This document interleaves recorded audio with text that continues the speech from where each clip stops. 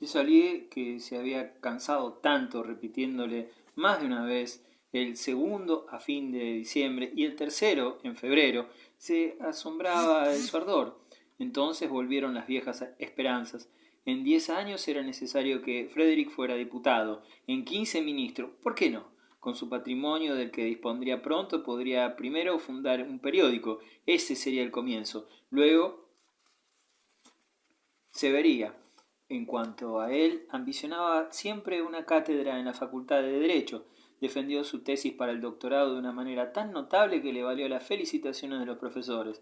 Frederick defendió la suya 3 días después. Antes de partir de vacaciones, tuvo la idea de un picnic para cerrar las reuniones del sábado. Se mostró alegre. La señora Arnaud estaba entonces en Chartres, cerca de su madre, pero la encontraría pronto y terminaría por ser su amante. Désalier, admitido ese mismo día en el curso de oratoria de Orsay, había hecho un discurso muy aplaudido. Aunque bebió poco, se embriagó y dijo a los postres a Désalier: «Tú sí que eres honesto. Cuando sea rico te nombraré mi administrador». Todos estaban contentos. Sissi no terminaría su derecho. Martignon iba a continuar sus cursos en provincias, donde sería nombrado suplente. Pellerin se disponía a realizar un gran cuadro que representara el genio de la revolución. Bussonnet, la semana siguiente, debía leer al director de los des Allemands el plan de una obra, y no dudaba de su buen éxito. En cuanto al argumento del drama, me lo aceptan. Las pasiones, he corrido tanto mundo que las conozco bien. Los chistes, es mi oficio. Dio un salto, cayó sobre las dos manos y caminó un momento alrededor de la mesa, las piernas por el aire. Esta gracia no hizo reír a Senecal. Acababa de ser echado de su colegio por haber golpeado al hijo de un aristócrata. Su miseria aumentaba y por ello reaccionaba contra el orden social, maldiciendo a los ricos, y se explayó con Reichenbach, el que estaba cada vez más desilusionado, entristecido, disgustado. El ciudadano ahora hacía las cuestiones del presupuesto y acusaba a la camarilla de perder millones en Argelia. Como no podía dormir sin haber pasado por el bar, Alexandre desapareció a las 11. Los otros se retiraron más tarde y Frederick, al despedirse de Bussonnet, supo que la señora Arnaud había vuelto la víspera. Se fue, pues, a la mensajería para cambiar su billete para el día siguiente, y a eso de las 6 de la tarde se presentó en casa de ella. Su regreso, le dijo el portero, había sido diferido una semana. Frederick cenó solo, luego vagó por los bulevares. Nubes rosadas en forma de chal se alargaban por encima de los techos, comenzaban a levantar los toldos de los negocios, los carros de riego vertían una lluvia sobre el polvo y una frescura inesperada se mezclaba a las emanaciones de los cafés que dejaban ver por sus puertas abiertas entre las platerías y los doradas flores en ramilletes que se reflejaban en los altos espejos. La multitud caminaba con lentitud. Había grupos de hombres conversando en medio de la calzada y las mujeres pasaban con esa languidez en la mirada y ese tinte de camelia que da a las carnes femeninas la lasitud de los grandes calores. Algo se expandía envolviendo las casas. Nunca París le había parecido tan bello. No veía en el porvenir más que una interminable serie de años llenos de amor. Se detuvo ante el teatro de la Porte Saint-Martin para mirar la cartelera y como no tenía nada que hacer compró una entrada. Representaban una antigua comedia fantástica. Los espectadores eran escasos y en las claraboyas del paraíso el día se recortaba en cuadraditos azules, mientras que los quinqués del proscenio formaban una sola línea de luces amarillas. La escena representaba un mercado de esclavos en Pekín, con campanillas, gong, sultanes, bonetes, puntiagudos y equívocos. Después, cuando bajó el telón, deambuló por el vestíbulo, solitario, y admiró en el bulevar, frente a la escalinata, un gran landó verde tirado por 2 caballos blancos, manejados por un cochero de calzón corto. Volvía a su asiento cuando en un palco, el primero a Van de Seine, entraron una dama y un señor. El marido tenía la cara pálida, enmarcada por una corta barba gris, la insignia de oficial y ese aspecto glacial que se atribuye a los diplomáticos. Su mujer, por lo menos 20 años menor que él, ni alta, ni baja, ni fea, ni linda, llevaba los rubios cabellos en tirabuzones a la inglesa, un vestido angosto y un gran abanico de encaje negro. Para que personas de semejante mundo hubiesen venido a un espectáculo de esa estación, había que suponer una casualidad o el aburrimiento de pasar una velada solos. La dama mordisqueaba su abanico y el señor bostezaba. Frederick no podía recordar dónde había visto esa cara.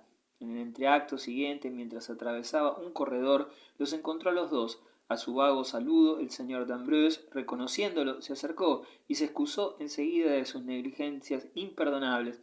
Era una alusión a sus numerosas tarjetas de visita enviadas de acuerdo a los consejos del procurador. De todos modos, confundía las épocas, creyendo que Frederick estaba en su segundo año de derecho. Luego envidió su ida al campo. Tenía necesidad de reposo, pero los negocios lo retenían en París. La señora d'Ambreuil, apoyada en su brazo, inclinaba la cabeza ligeramente y la amenidad espiritual de su rostro contrastaba con su expresión triste de un momento antes. Sin embargo, se encuentran tan buenas distracciones, dijo ella, luego de las palabras de su marido.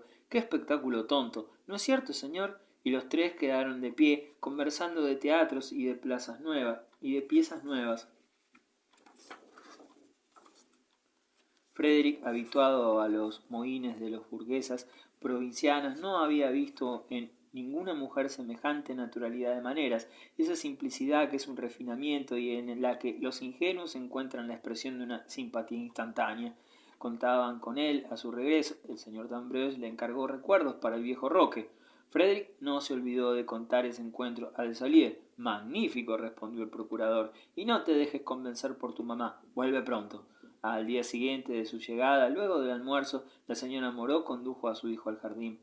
Se dijo dichosa de haberlo recibido, pues no eran tan ricos como él creía. La tierra producía poco, los granjeros pagaban mal, hasta se había visto obligada a vender su coche. En fin, les puso su situación. En las primeras dificultades de su viudez, un hombre astuto del señor Roque le había hecho préstamos de dinero, renovándolos y prolongándolos a su pesar. De repente le reclamó todo, y ella había aceptado sus condiciones, cediéndole a un precio irrisorio la granja de Pas-Cels.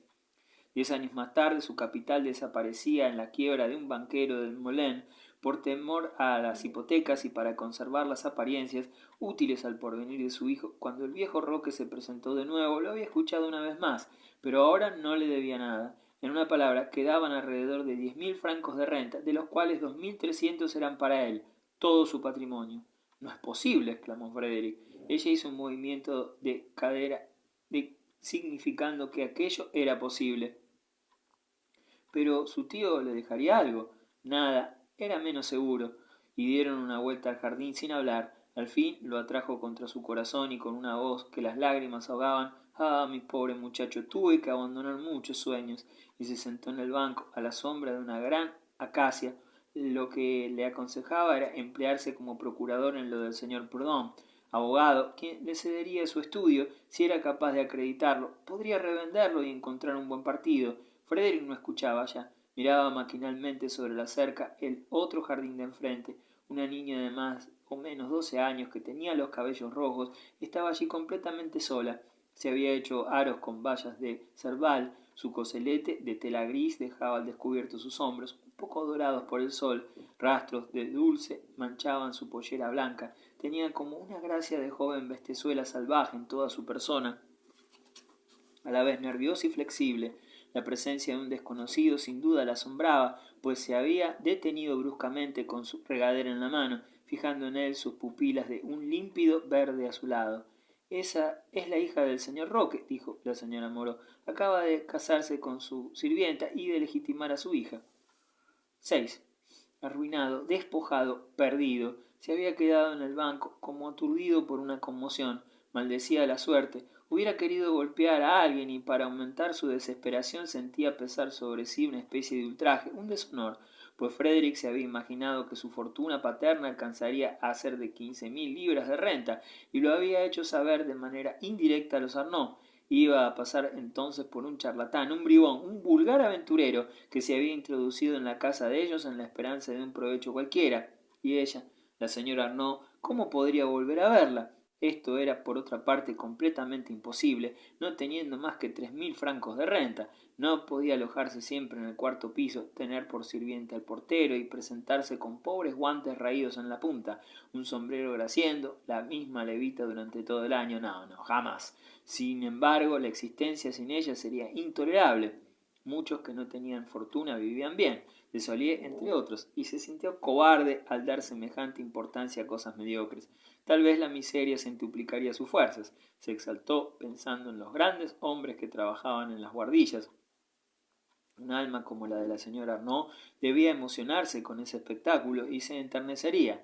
De este modo, esta catástrofe era una felicidad. Después de todo, como esos temblores de tierra que descubren tesoros, le había revelado los secretos opulentos de su naturaleza, pero no existía en el mundo más que un solo lugar para hacerlos valer: París, pues según sus ideas el arte, la ciencia y el amor, esas tres caras de Dios, como hubiese dicho Peregrín, dependían exclusivamente de la capital. A la noche declaró a su madre que volvería a París. El señor Amorós se sorprendió e indignó al mismo tiempo. Era una locura, un absurdo. Haría mejor siguiendo sus consejos, es decir, quedando junto a ella en el estudio.